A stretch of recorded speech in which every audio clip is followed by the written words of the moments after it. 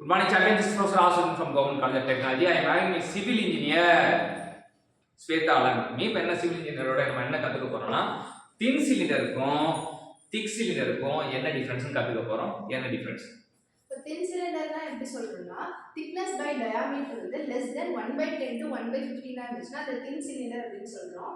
இதே thick cylinder ஆ இருந்துச்சுனா thickness by d வந்து greater than 1/10 தான். 1/10.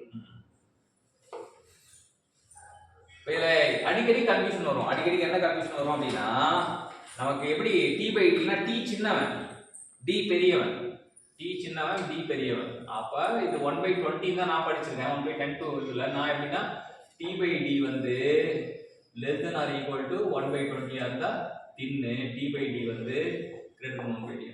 இது சில சமயம் சில புக்ல t/r னு கொடுத்திருப்பாங்க. அப்ப t/r-ன்றப்ப 1/10 ஆயிடும். t/r னு சொல்லுவாங்க. அப்ப 1/10 ஆயிடும். இதே வந்து வேற மாதிரி கேட்பாங்க. d/t ன்னு கேட்பாங்க. அப்ப இங்க இருக்கிறது வந்து திசை வந்து மாறும். 20 d/t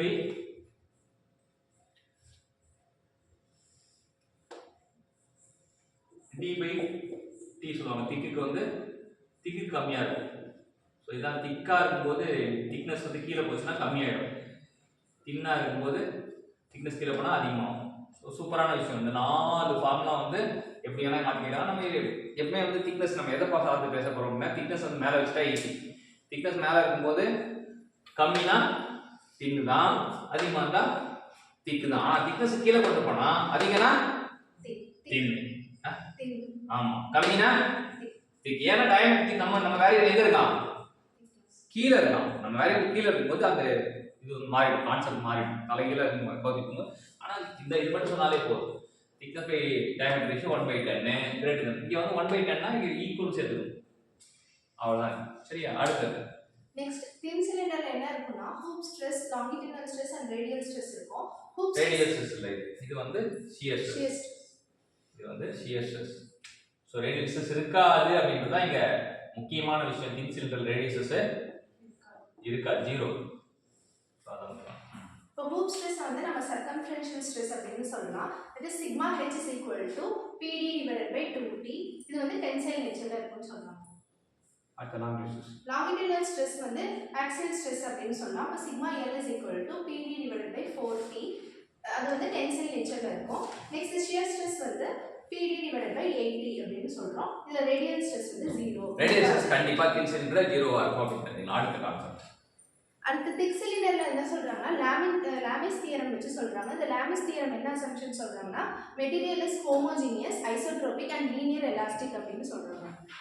நெக்ஸ்ட் இதுல வந்து ஹூப் ஸ்ட்ரெஸ்ஸும் ரேடியல் ஸ்ட்ரெஸ்ஸும் இருக்கும். ஹூப் ஸ்ட்ரெஸ்ல வந்து என்ன இருக்கு? ஃபார்முலா என்னன்னா a + b divided by r². Radial ஸ்ட்ரெஸ்ல என்னன்னா a - b divided by r². இதுல a வும் b என்னன்னா லாமிஸ் கான்ஸ்டன்ட். சூப்பர். இப்போ இதுல என்ன ஹூப் ஸ்ட்ரெஸ்ஸும் லாங் ஸ்ட்ரெஸ்ஸும் இது வந்து இங்க வந்து கான்ஸ்டன்ட் தான் இருக்கும். ஒரே ஃபார்முலா தான், மாறாது. ஆனா இங்க வந்து ஹூப் ஸ்ட்ரெஸ் வந்து varies parabolically. Hoop stress varies parabolically, radial stress varies parabolically ன்னு சொல்லலாம். ரேடியல் ஸ்ட்ரெஸ் வந்து இது வந்து parabolic ஆகும். ஹூப் ஸ்ட்ரெஸ் வந்து இஸ் ஆல்சோ parabolic ஆகும். சோ இது வந்து ரேடியல் ஸ்ட்ரெஸ் வந்து இங்க வந்து ஒரு வேல்யூ வந்து 0 வரும். இதான் கம்ப்ரசிவ் வரும். ஹூப் ஸ்ட்ரெஸ் வந்து டென்சைல் நேச்சர். இங்க தான் அந்த விஷயம். ஸோ இங்க ரெண்டுமே டென்சைல். இங்க வந்து ரேடியல் ஸ்ட்ரெஸ் இருக்காது எடுத்துக்கலாம். ஸோ இப்போ என்ன கற்றுக்கிட்டோம் அப்படின்னா thin cylinder டிஃபரன்ஸ் கற்றுக்கிட்டோம். என்னென்னலாம் அதில் உள்ள கான்செப்ட் வருதுன்னு கற்றுக்கிட்டோம். கற்றுக் கொடுத்த ஸ்வேதாக்கு, சிவில் இன்ஜினியருக்கு கண்டிப்பாக தேங்க்யூ சொல்லுவாங்க.